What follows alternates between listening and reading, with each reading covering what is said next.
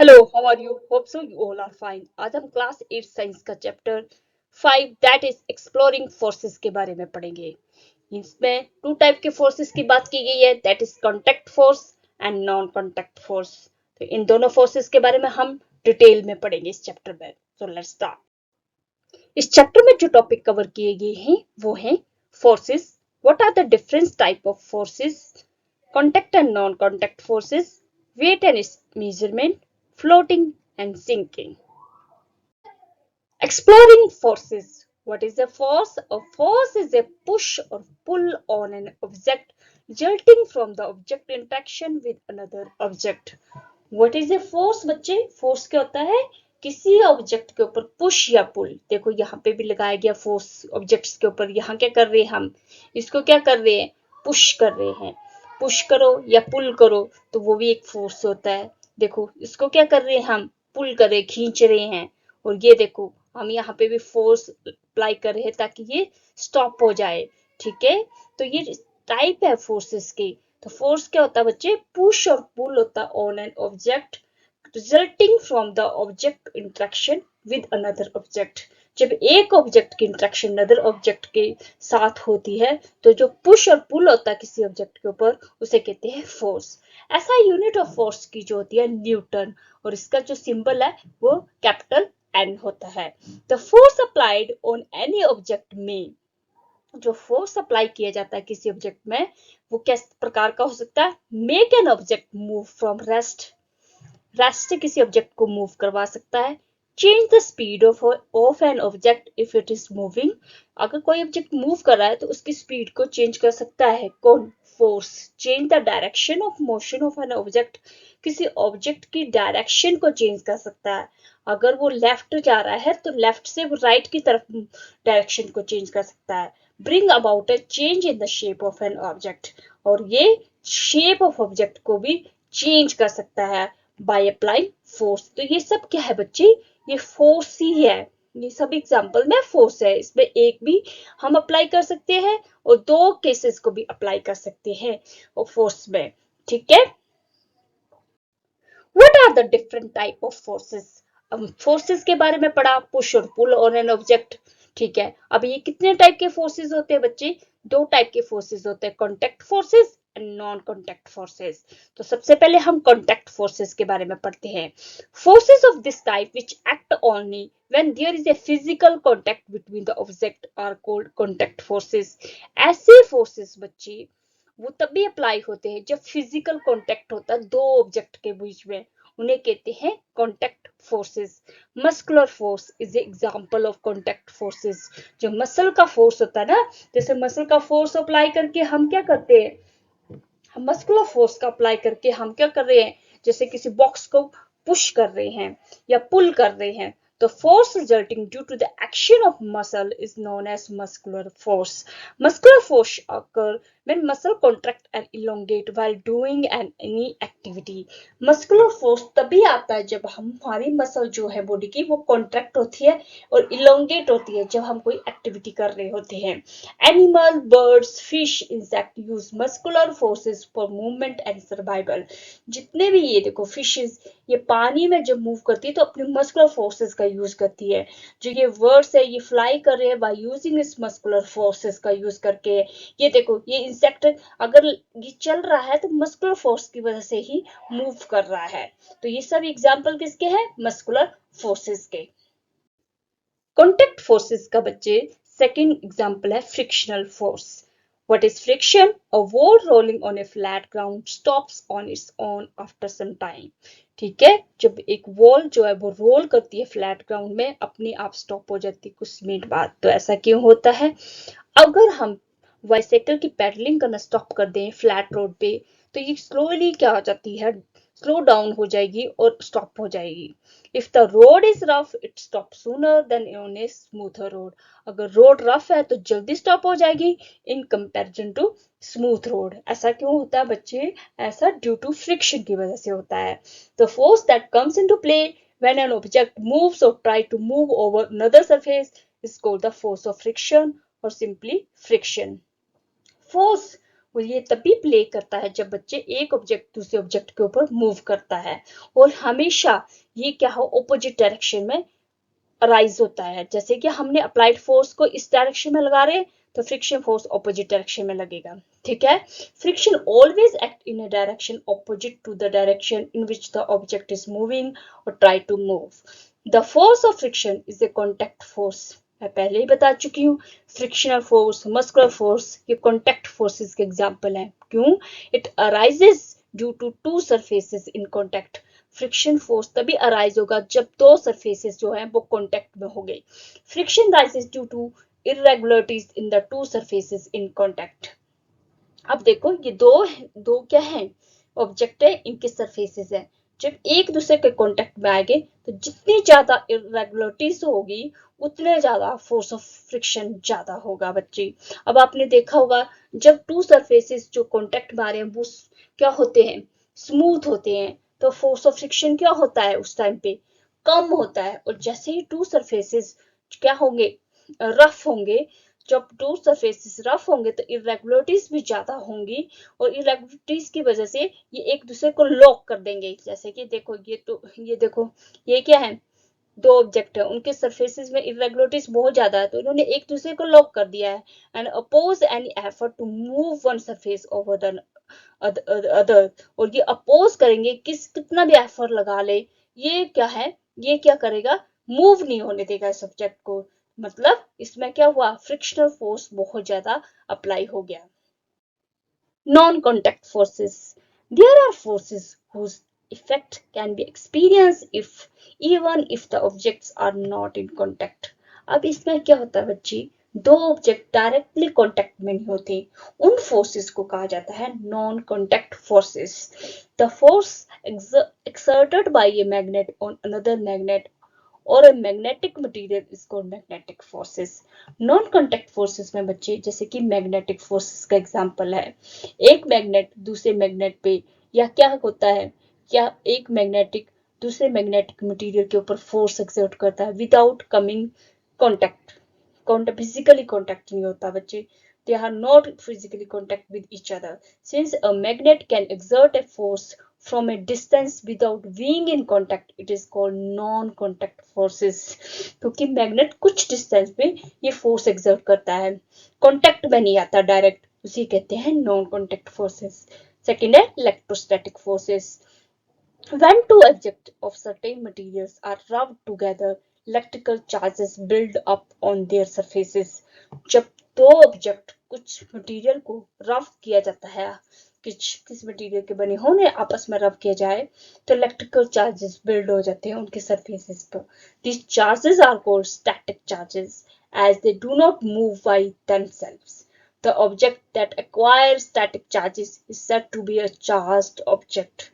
ठीक है, जो ऑब्जेक्ट इन स्टैटिक चार्जेस को एक्वायर करते हैं उन्हें कहा जाता है चार्ज्ड ऑब्जेक्ट। और charge object attract that is exert a force on uncharged object made up of certain material such as more pieces of paper. This force comes into play even when the objects are not in contact. The force exerted by a charged body on another charged body or an uncharged body is called electrostatic force. It is non-contact force. जो electrostatic force होता है वो force exert किया जाता है बच्चे charge body के द्वारा किसी अनदर चार्ज बॉडी के ऊपर या किसी अनचार्ज बॉडी के ऊपर, उसे कहते हैं इलेक्ट्रोस्टैटिक फोर्स। जैसे कई बार क्या होता है, हम स्केल को अपने हेयर के साथ रब करते हैं ना तो उसमें बच्चे चार्जेस आ जाते हैं, और फिर स्केल को हम क्या करते हैं, छोटे छोटे पीसेस ऑफ पेपर के पास लेके जाते हैं तो पेपर और पीसेस जो है वो स्केल की तरफ अट्रैक्ट होते हैं। ठीक है, इसमें क्या गया, स्केल क्या हो गया, चार्ज हो गया, और पेपर क्या थे, अनचार्ज्ड बॉडी थी, अनचार्ज थे, तो चार्ज बॉडी ने अनचार्ज बॉडी को अट्रैक्ट किया। तो ये भी एग्जांपल है इलेक्ट्रोस्टैटिक फोर्सेस का। देखो इस पिक्चर में टू बैलून्स लिए गए हैं, ये बलून जो थ्रेड के साथ लटकाए गए हैं। ठीक है, इनमें अभी कोई चार्ज नहीं है, ये अनचार्ज बलून है तो एक दूसरे के पास है, और जब ये चार्ज हो गए तो ये एक दूसरे को रिपेल कर रहे हैं। ये बता रहा है बच्चे जो लाइक चार्जेस होती है ना वो एक दूसरे को रिपेल करती हैं, और ऑपोजिट चार्जेस जो होती हैं वो अट्रैक्ट करती हैं। सेम मटेरियल पे जो चार्जेस होंगी वो एक दूसरे को क्या करेंगी, रिपेल करेंगी। ग्रेविटेशनल फोर्स, ग्रेविटेशनल फोर्स हो गया, ये भी नॉन कॉन्टैक्ट फोर्सेस है। Since all the object fall towards the earth, it means earth attract them. The force with which the earth attracts object towards itself is called gravitational force. What is gravitational force? बच्चे ऐसा force जिसकी वजह से अर्थ जो है वो attract करती है ऑब्जेक्ट को अपनी तरफ, उसे कहते हैं gravitational force. The gravitational force exerted by the earth is also called the force of gravity or simply gravity. इस ग्रेविटेशनल फोर्स को क्या कहा जाता है, फोर्स ऑफ ग्रेविटी और सिंपली ग्रेविटी भी कहा जाता है। देखो हर चीज जो भी हम अपवर्ड थ्रो करेंगे जैसे वो डाउनवर्ड ही आएगी due to force of gravity की वजह से। तो आप कोई भी एग्जांपल देख लो, यहाँ पे भी मैंने पिक्चर में बहुत ज्यादा एग्जांपल लेके देखे हैं, तो हर चीज जो है वो अर्थ की तरफ ही अट्रैक्ट होती है। ये क्यों अट्रैक्ट होती है? Due to gravitational force of earth. Gravitational force is always an attractive force, unlike magnetic force or electrostatic forces, which can either be attractive or repulsive. जो ग्रेविटेशनल फोर्स होता है ना, हमेशा अट्रैक्टिव फोर्स होता है। Magnetic और electrostatic forces attractive भी हो सकते हैं और रिपल्सिव भी हो सकते हैं। जब टू मैग्नेट को पास में लाया जाता है ना तो वो रिपेल करते हैं, ठीक है। और जब मैग्नेट को मैग्नेटिक मटेरियल के पास लाया जाता है तो वो क्या करते हैं, अट्रैक्ट करते हैं। तो क्या बोल रहा है ये, मैग्नेटिक फोर्सेस, इलेक्ट्रोस्टैटिक फोर्सेस, ये क्या है, अट्रैक्टिव भी है और रिपल्सिव भी है। पर ग्रेविटेशनल फोर्स क्या है, ऑलवेज अट्रैक्टिव फोर्स है।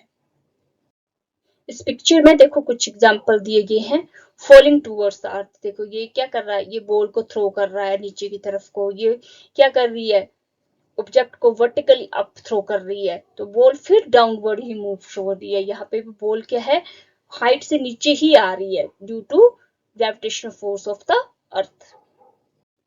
Weight and its measurement. The force with which the earth pulls an object towards itself is called the weight of the object. The weight measures how strongly an object is pulled by the earth. Since the weight is a force, it is measured in the same unit as that of force. Therefore, SI unit of weight is Newton. यहाँ क्या बता रहा बच्चे कि weight क्या है? weight क्या है? तो force with which अर्थ क्या है, किसी ऑब्जेक्ट को अपनी तरफ क्या करती है, पुल करती है, उसे कहा जाता है वेट ऑफ द ऑब्जेक्ट। ठीक है, तो वेट ऑफ द ऑब्जेक्ट क्या है, वेट जो है बच्चे एक तरफ से फोर्स ही है। वेट क्या है, इज अ फोर्स, जिसको किस में यूनिट में मेजर करेंगे, सेम एज द फोर्स की यूनिट है, तो ऐसा unit of weight is also known as newton. What is the difference between weight and mass? Mass is the amount of matter in an object and is measured in gram और kilogram. मास को हमेशा बच्चे ग्राम और kilogram में major किया जाता है। ये क्या होता, अमाउंट ऑफ मैटर, कितना मैटर है किसी ऑब्जेक्ट के अंदर, उसे मास कहा जाता है। It's value remain the same at every place. इसकी मास की वैल्यू जो है हमेशा सेम रहती है, चाहे अर्थ पे हो, मून पे हो, मार्स पे हो, किसी भी ग्रह पे हो।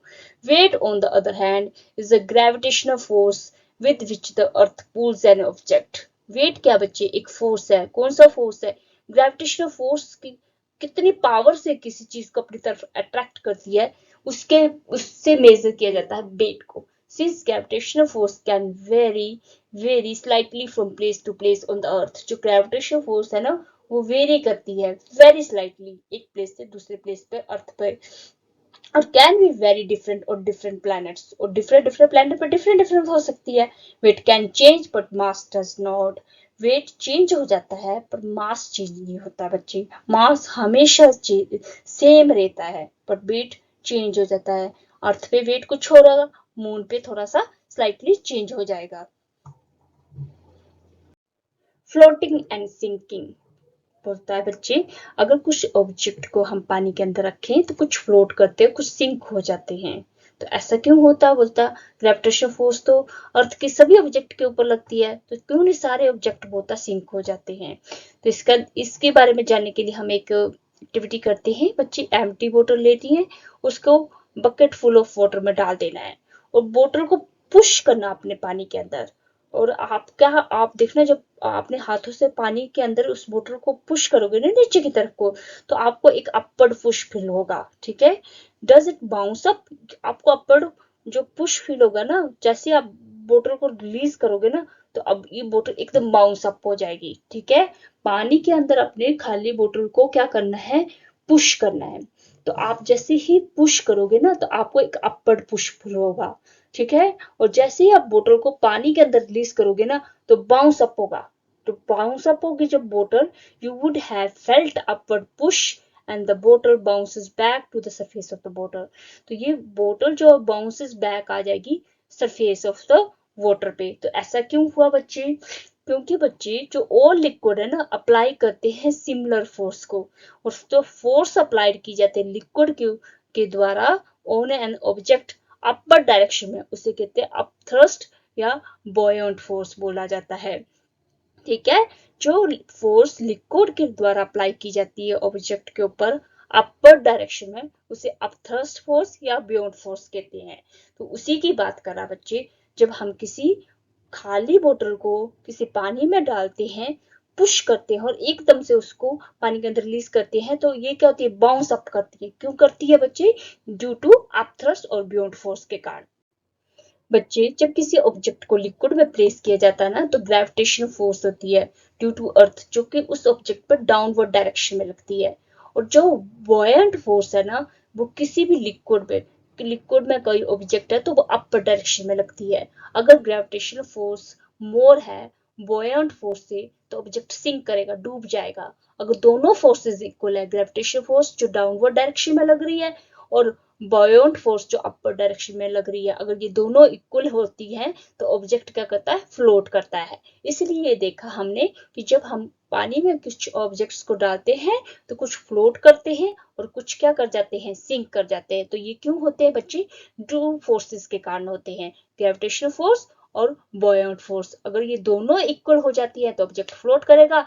अगर बायोट फोर्स जो अप्लाइड की जा रही है ऑब्जेक्ट के ऊपर जो लिक्विड में है, अगर ये क्या है, ज्यादा है ग्रेविटेशनल फोर्स से, तो यह ऑब्जेक्ट क्या करेगा, सिंक करेगा। One of the factor on which the buoyant force depend upon is the density of liquid. एक फैक्टर है जिसपे बॉयंट फोर्स डिपेंड करती है, that is the density of liquid. Archimedes जो फेमस ग्रीक साइंटिस्ट थे ना बच्चे, उसने डिस्कवर किया that when an object is fully or partially immersed in a liquid, it experience an upward force which is equal to the weight of a liquid it displaces. This is known as Archimedes principle. अगर weight of liquid जो displace किया गया है object के द्वारा अगर smaller है, then the weight of the object will sink in the liquid. बच्चे, जब हम किसी ऑब्जेक्ट को पानी में डालेंगे, तो पानी का क्या होगा, वो उसको डिस्प्लेस करेगा, पानी को डिस्प्लेस करेगा। अगर जो वेट ऑफ लिक्विड जो होगा, डिस्प्लेस किया गया होगा उस ऑब्जेक्ट के द्वारा, अगर स्मॉलर है then the weight of the object के द्वारा ऑब्जेक्ट का, तो ऑब्जेक्ट विल सिंक करेगा लिक्विड में। अगर वेट ऑफ द लिक्विड जो डिस्प्लेस किया गया है इज इक्वल है, अगर बराबर है किसके, वेट ऑफ द ऑब्जेक्ट के बराबर, जितना लिक्विड डिस्प्लेस किया वो उस ऑब्जेक्ट के वेट के बराबर है, तो object will float in the liquid. तो ऑब्जेक्ट जो है लिक्विड में फ्लोट करेगा। That's all, thank you.